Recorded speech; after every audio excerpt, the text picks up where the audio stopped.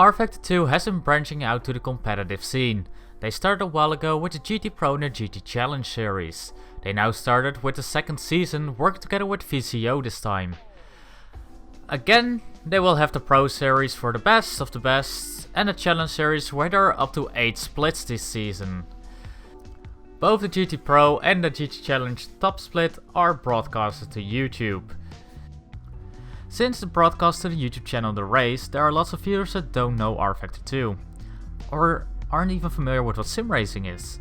This gave those viewers quite some questions. The main complaints are about two things. The first one I'm going to talk about is the amount of contact.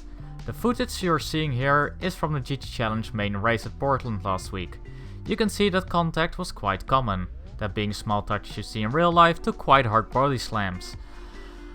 This was even worse in the first round of Sebring. So, why is this? Of course, the first thing you think are the rules. But being familiar with the rules they use, I can tell you that that is not the problem. Looking at the penalty sheet, there are 7 drivers in GT Pro that got a time penalty, which is 5 to 6 seconds for avoidable contact. And in the top split of Challenge, there were 4 that got a time penalty. But if it isn't the rules, what is it that makes it so contact heavy? For that answer, we first need to know what netcode is. When you're connected to a server, there is time between the driver sending a package to the server and the package arriving on the server. This latency can be as low as 30 milliseconds until as high as 150, or if you live on the other side of the world, over 300 milliseconds. To show you what it means in sim racing, here I have a poorly animated road, with a very basic car driving on it.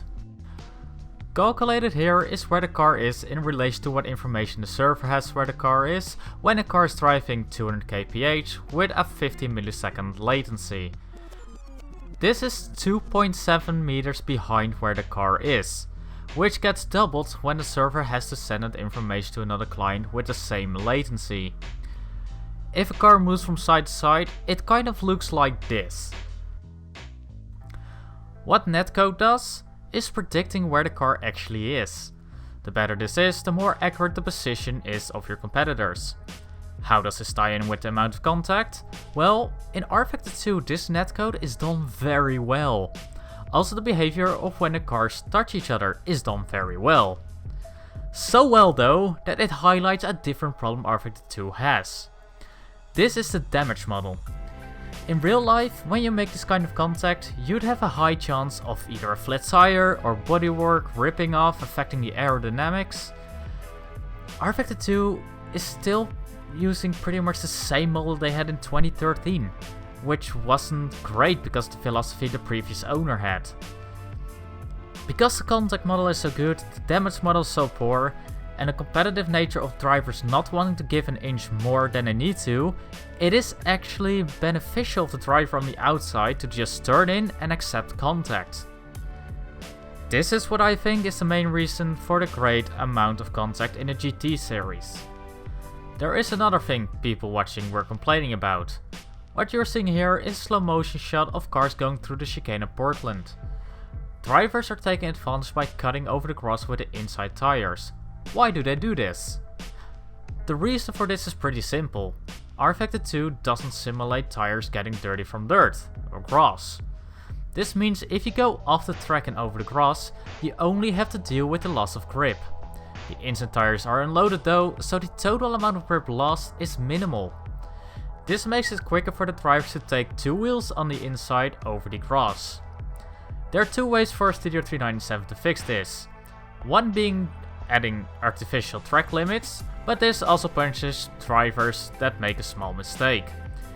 The best way, of course, would simply by adding dirty tire simulation. This would make cars outbrake themselves next turn or making them have to brake far earlier. This would naturally punish the driver that takes it to the grass. This was the end of the video. If you've got stuff that you think was wrong or you've got different opinion about, comment below so I can react to that. I hope you guys enjoyed, and if you enjoyed, please subscribe for more of this kind of content. And I hope I see you next time.